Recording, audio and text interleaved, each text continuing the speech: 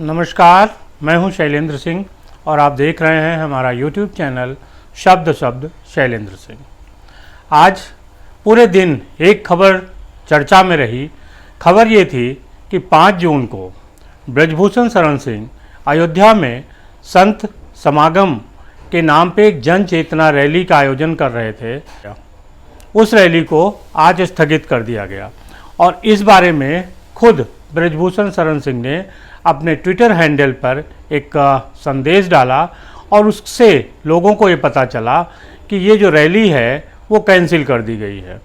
ब्रजभूषण शरण सिंह ने उसमें जो कारण बताया वो उनके मुकदमे का जिक्र था, साथ ही साथ जिक्र था कि सुप्रीम कोर्ट में मामला है, उसकी निगरानी में मामला चल रहा है, लिहाजा उसके दिशा निर्देशों का पालन करते हुए ये किया गया है। नियम कानून से अलग इस मसले का एक राजनीतिक संदेश भी था और वो संदेश तेज़ी के साथ मीडिया में वायरल होने लगा। कहा यह जाने लगा कि दिल्ली से कोई फ़ोन आया था ब्रजभूषण शरण सिंह को और उसके बाद उन्होंने इस रैली को स्थगित करने का फैसला लिया। क्या है इसकी सच्चाई, आज इस विषय पर चर्चा करेंगे और जानने की कोशिश करेंगे कि ब्रजभूषण शरण सिंह और महिला पहलवानों का मामला किस जगह पर आके थम गया है और अब यहाँ से आगे का क्या रास्ता दिखता है। दरअसल भारतीय जनता पार्टी ने इस मामले को ठीक उसी तरीके से देखा जैसे किसान आंदोलन के साथ हुआ था। किसान आंदोलन के समय भी भारतीय जनता पार्टी ने तमाम तरीकों से और इस मसले को देखने की कोशिश की थी और वो मामला लगातार आगे बढ़ता गया। ये लग रहा था कि जल्दी ख़त्म हो जाएगा किसानों का धरना, लेकिन वो ख़त्म नहीं हुआ। इसी तरीके से जब जनवरी में महिला पहलवानों ने ब्रजभूषण शरण सिंह पे आरोप लगाया, तब ये लगा कि ये मसला बहुत दिन नहीं चलेगा, अगर थोड़ी बहुत चीज़ें कर दी जाएं तो हो जाएगा। केंद्र सरकार ने इसके लिए एक कमेटी गठित की, स्पोर्ट कमेटी थी, उसके फैसले का इंतज़ार था कि ये फैसला आएगा और तब जनवरी में ये धरना ख़त्म हो गया था। लेकिन फिर अप्रैल में ये धरना वापस शुरू हो गया क्योंकि जो खिलाड़ी थे वो उस जो रिपोर्ट थी उससे वो खुश नहीं थे और इसके बाद ये धरना तेज़ी से आगे बढ़ा। पुलिस ने तमाम बार धरने को ख़त्म करने के लिए तमाम तरीके के प्रयास किए, जैसा कि आम तौर पे पुलिस करती है कि उनका तंबू हटा देना, किसी से मिलने न देना, कहीं आने जाने नहीं देना, इस तरीके के तमाम हथकंडे पुलिस अपनाती रही। हद तो तब हो गई जब नई संसद के उद्घाटन के समय महिला पहलवानों ने विरोध करने का प्रयास किया और उनको बुरी तरीके से पीटा गया। पुलिस ने जिस तरीके से हमला किया उसकी जो तस्वीरें थी वो सोशल मीडिया और मीडिया पे वायरल हो गई। वहाँ से इस मसले में एक मोड़ आ गया था।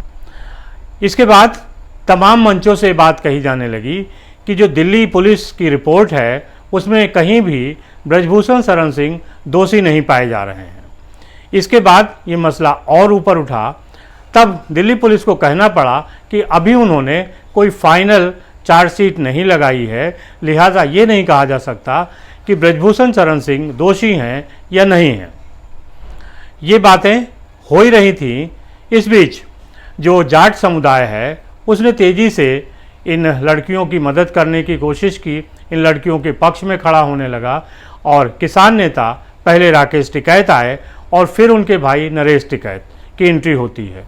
महिला पहलवानों ने अपने मेडल हरिद्वार में गंगा में बहाने की बात कही, तब नरेश टिकैत सामने आए और उन्होंने वो मेडल ले लिया।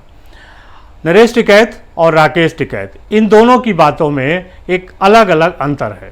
दरअसल राकेश टिकैत पूरी तौर से किसान नेता हैं और ज़्यादातर उनके जो मसले हैं वो राजनीतिक होते हैं, लेकिन उसके उलट नरेश टिकैत जो उनके बड़े भाई हैं उनकी खाप पंचायतों में एक अलग पकड़ है और जाट बिरादरी में उनका अपना एक अलग आधार है। इस घटना के बाद जो हरिद्वार में घटी मेडल बहाने की, वहाँ के बाद एक तरीके से ये जो लड़कियों का आंदोलन था ये आगे बढ़ गया और इसमें कुश्ती महासंघ जो विश्व स्तर पर है उसको भी हस्तक्षेप करना पड़ा, यानी जो देश के अंदर बातें चल रही थी वो बाहर जाने लगी। भारतीय जनता पार्टी को ये पता चलने लगा कि जो दिल्ली से ये मसला चल रहा है, इसकी आग उत्तर प्रदेश, हरियाणा और राजस्थान तक पहुंचने वाली है। राजस्थान में इसी साल के अंत में चुनाव है, लिहाजा वहां भी इसका असर पड़ सकता है। और भारतीय जनता पार्टी प्रधानमंत्री नरेंद्र मोदी के 9 साल का जो जश्न मना रही है और उसके परिप्रेक्ष्य में सांसदों को अपने क्षेत्रों में भेजा गया है। वहाँ जब ये सांसद हरियाणा और पश्चिमी उत्तर प्रदेश गए तो वहाँ एक तरीके से जाट बिरादरी में इनका विरोध हुआ। इसके बाद जो जाट बिरादरी के नेता हैं उन सब ने पार्टी पर प्रेशर बनाना शुरू किया कि इस मसले को अब हल किया जाए, क्योंकि इस मसले में जो एक संदेश जा रहा था उसमें देखा जा रहा था कि पार्टी ब्रजभूषण शरण सिंह के साथ खड़ी हुई है। लिहाजा अब भारतीय जनता पार्टी के लिए ये तय करना जरूरी हो गया कि वो किसी न किसी रूप में इस बात को रोके। जो अयोध्या में जो 5 जून को रैली होनी थी उसमें भारी संख्या में भीड़ जुटनी थी और ब्रजभूषण शरण सिंह अपने स्टाइल में भाषण देने वाले थे। अभी एक भाषण उनका बहुत वायरल हो रहा था जिसमें वे लड़कियों से कटाक्ष करते पूछ रहे थे कि उनके साथ कब हुआ, क्या हुआ, कहाँ हुआ, कैसे हुआ। ये जो भाषण करने का अंदाज़ था, ये अंदाज़ भारतीय जनता पार्टी के तमाम नेताओं और जो उनके शुभचिंतक हैं उनको अच्छा नहीं लग रहा था, क्योंकि ये एक तरीके का कटाक्ष था और लड़कियों के ऊपर ही उंगली उठाने की कोशिश की गई थी। भारतीय जनता पार्टी को ये लगने लगा कि जब अयोध्या में रैली होगी तो फिर इसी तरीके के भाषण की पुनरावृत्ति होगी, लिहाजा उनके लिए डैमेज कंट्रोल करना मुश्किल हो जाएगा। ब्रजभूषण शरण सिंह का जो दबाव है वो उत्तर प्रदेश के बहराइच, गोंडा, बस्ती वाले जो इलाके हैं इनमें है, लिहाजा अयोध्या भी उससे जुड़ा हुआ है और यहाँ भारी भीड़ उमड़ने की शंका थी। इस नज़र से भारतीय जनता पार्टी को लगा कि अगर ये रैली हुई और इसमें दोबारा ब्रजभूषण शरण सिंह ने वैसे ही कटाक्ष किए जैसे उन्होंने अभी पिछली रैली में पूछे थे, सवाल पूछे थे लड़कियों से, तो ये एक सुनने में और देखने में अच्छा नहीं लगता है। क्योंकि लड़कियां एक तरफ जिस तरीके से संघर्ष कर रही हैं और उसके बाद उनके ऊपर कटाक्ष हो रहा है, ये पब्लिक को देखने में अच्छा नहीं लग रहा था और इससे भारतीय जनता पार्टी की इमेज खराब हो रही थी। अब चुनाव का साल शुरू हो गया है, अगले साल लोकसभा चुनाव हैं और उसके पहले 3 राज्यों में, तेलंगाना को लगा लें तो 4 राज्यों में चुनाव हैं, जिनमें से 3 राज्य ऐसे हैं जहां हिंदी बेल्ट है और जहां ये मसले असर करते। लिहाजा भारतीय जनता पार्टी ने एक कोशिश की कि ब्रजभूषण शरण सिंह को रोका जाए और इस रैली को करने से मना किया जाए। ये रैली स्थगित हो गई है, आगे ब्रजभूषण शरण सिंह क्या कदम उठाएंगे ये अलग बात है। आज ही के दिन जब ये चर्चा हो रही थी, शुरुआत उसकी वो हुई कि आज एक अखबार ने रिपोर्ट छापी कि किस तरीके से जो दिल्ली पुलिस है उसके विवेचना में लड़कियों ने क्या क्या कहा है और उन्होंने एक एक लड़की के बयान को छापा है। इस बयान को कांग्रेस नेता प्रियंका गांधी ने ट्वीट किया और ट्वीट करके उन्होंने प्रधानमंत्री नरेंद्र मोदी से पूछा कि आखिर वो इन सवालों के जवाब में क्या कहते हैं।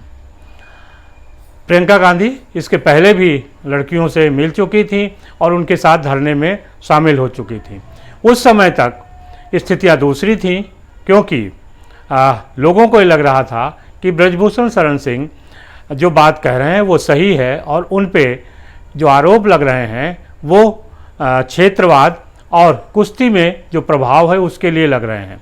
लेकिन जो रिपोर्ट मीडिया के ज़रिए पुलिस की बाहर निकल के आई उसमें लड़कियों ने जिस तरीके के आरोप लगाए हैं, उन्होंने ये भी बताया है कि कब हुआ, क्या हुआ, कहाँ हुआ और कैसे कैसे हुआ। ब्रजभूषण शरण सिंह ने जो सवाल पूछे थे उन सभी सवालों के जवाब इस रिपोर्ट में मिल रहे हैं जो प्रकाशित हुई है। ये बात और है कि उसमें लड़कियों के नाम नहीं लिखे गए हैं, क्योंकि मसला छेड़छाड़, शोषण और पास्को एक्ट का है, लिहाजा उनके नाम लिखना उचित नहीं था, इसलिए समाचार पत्र ने उनके नाम नहीं लिखे हैं। लेकिन जिस विस्तार के साथ पूरी रिपोर्ट डिटेल में छपी है, वो ये बताती है कि जो बात ब्रजभूषण शरण सिंह कह रहे हैं वो उतनी सही नहीं है। कहीं न कहीं इसमें कुछ और भी है जो पुलिस की जांच के बाद सामने आएगी। दिल्ली पुलिस ने ब्रजभूषण शरण सिंह के खिलाफ 2 FIR की लॉन्च की थी और अब उनकी विवेचना चल रही है। जिस तरीके से दिल्ली पुलिस ने ये साफ किया कि अभी विवेचना पूरी नहीं हुई है और किसी को दोषमुक्त नहीं किया गया है, उससे ये साफ हो गया है कि अब दिल्ली पुलिस की जो नज़र है वो एक दूसरे तरीके से इस केस को देख रही है।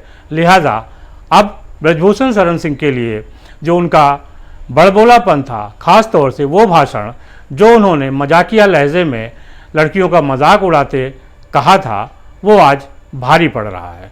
अगर ब्रजभूषण शरण सिंह ने इस मसले पर थोड़ी सी संवेदनशीलता बरती होती और उन्होंने पुलिस की रिपोर्ट आने का इंतज़ार किया होता तो आज भारतीय जनता पार्टी भी इस असमंजस की स्थिति में खड़ी नहीं होती और उसे ऐसा फैसला नहीं लेना पड़ता। कई बार नेता अपने बाहुबल और प्रभाव के चलते बड़बोलेपन का शिकार हो जाते हैं। ब्रजभूषण शरण सिंह के मामले में यही हुआ। हालांकि वो पहले से भी इसी तरीके के हैं। तमाम भारतीय जनता पार्टी के नेताओं के साथ भी उनके संबंध अच्छे नहीं हैं। लिहाजा जब इस तरीके की मुसीबतें आती हैं तो हर नेता अपनी तरफ से अपना रास्ता अलग काट लेता है और सवाल उठने लगते हैं। सवाल उत्तर प्रदेश का भी है, क्योंकि अभी एक इंटरनल रिपोर्ट आई है जिसमें ये कहा जा रहा है कि भारतीय जनता पार्टी ने 2019 में जो सीटें जीती थी उनमें से करीब 50% सीटें वो हार सकती है। ऐसी खबरों के बीच भारतीय जनता पार्टी को लगा कि अब इस मसले पर नियंत्रण करना जरूरी है, लिहाजा उन्होंने इस रैली को कैंसिल कराया।